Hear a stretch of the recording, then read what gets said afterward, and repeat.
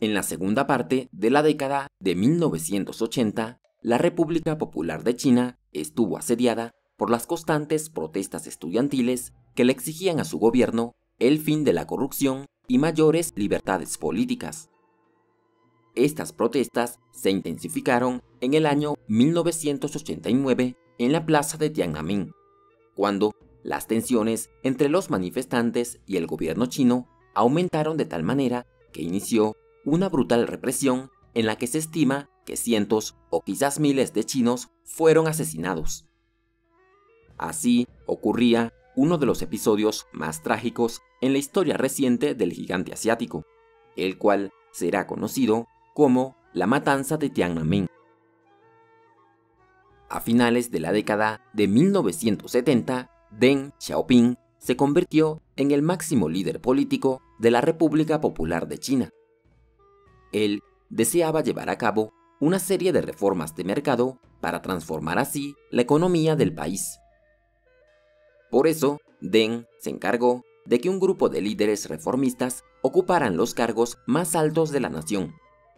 Uno de estos líderes era Hu Yaoban, quien, a principios de la década de 1980, pasó a ser el secretario general del Partido Comunista Chino. Él era un reformista convencido, que se mostraba partidario de la libertad de expresión y la libre prensa. Pronto se convirtió en una de las personas más poderosas de China. Sin embargo, cuando Hu Yaoban no pudo controlar las protestas estudiantiles de 1986, perdió toda su reputación. Así que los líderes políticos chinos lo forzaron a renunciar a su cargo, pues lo consideraban un liberal incapaz de reprimir las protestas. Tiempo después, en abril de 1989, Hu Yaoban murió, luego de sufrir un ataque cardíaco. Su muerte será la chispa que desencadenará una nueva oleada de protestas en China, ya que, después de su fallecimiento, miles de estudiantes comenzaron a reunirse en la plaza de Tiananmen, tanto para lamentar la muerte del líder chino como para exigirle al gobierno mayores libertades políticas. Luego de que finalizó el funeral de Hu Yaoban, las protestas continuaron, volviéndose cada vez más numerosas y aumentando las demandas por reformas políticas que complementaran las reformas de mercado que venían aplicándose desde hace tiempo en la economía china. Las marchas estudiantiles se apoderaron de las calles de Beijing. Además, un grupo de estudiantes decidió ocupar de forma permanente la plaza de Tiananmen e iniciar una huelga de hambre. El gobierno chino intentó persuadir a los estudiantes para que abandonaran las huelgas. Sin embargo, estos no cesaron en su lucha. Las tensiones entre los manifestantes y el gobierno aumentaban cada día más. Así que el gobierno decidió aplicar la ley marcial, es decir, suspender los derechos de los ciudadanos. El gobierno le hizo un ultimátum a los manifestantes, advirtiéndoles que abandonaran las protestas de inmediato o se les dispersaría por la fuerza. Sin embargo, cuando las tropas del ejército intentaron avanzar hacia la plaza, las barricadas humanas formadas por ciudadanos de Beijing las detuvieron. Ante esta situación, a los soldados no les quedó más opción que retroceder.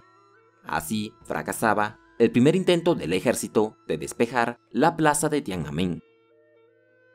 Por su parte, en el Partido Comunista Chino habían muchos dirigentes que simpatizaban con los manifestantes. De hecho, el secretario general del Partido Comunista, Zhao Ziyang, era uno de ellos.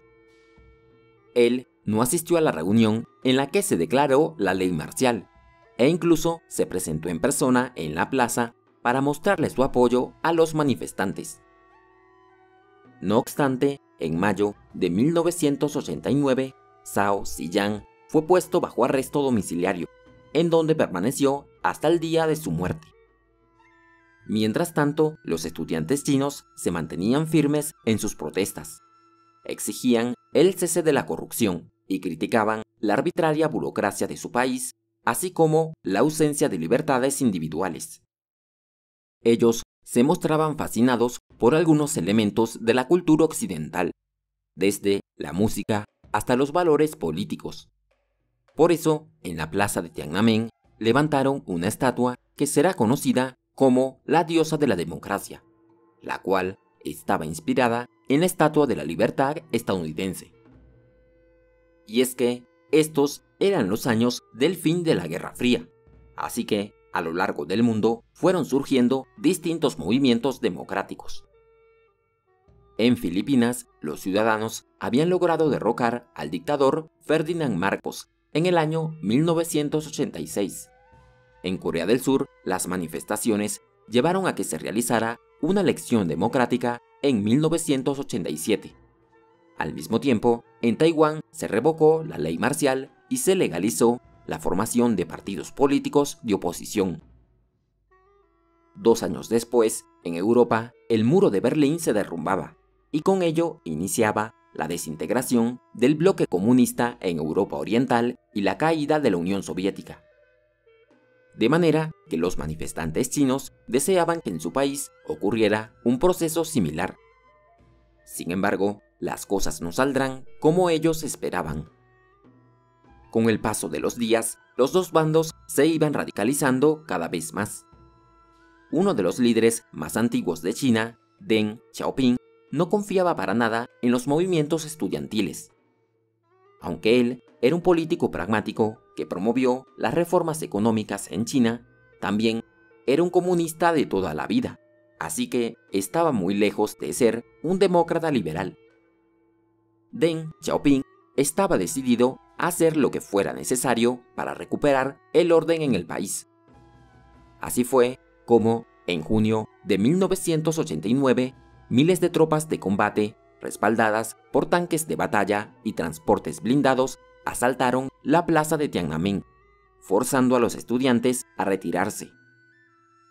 Aunque no existen cifras oficiales sobre cuántas personas murieron aquel día, se estima que miles de manifestantes fueron asesinados en ese entonces. En la ciudad de Beijing se generó un enorme descontento social, pero las fuerzas del gobierno chino patrullaron las calles y lograron recuperar el control de la situación.